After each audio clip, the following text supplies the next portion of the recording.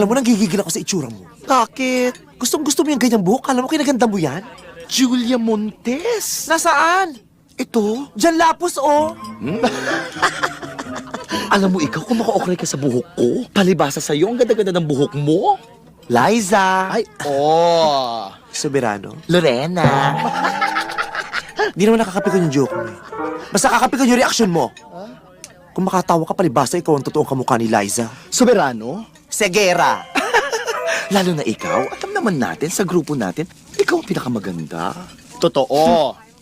Alam mo yan, kamukha mo si Bea. Ay? Alonzo. Bea Bunda. Pero in fairness sa ating grupo, ikaw talaga pinaka-sexy, no? Talaga ba, friend? O, nahalata nyo na, no? Bangs. Garcia. Bang Samoro. Pang isang grupo yung katawan mo. Sobra ka.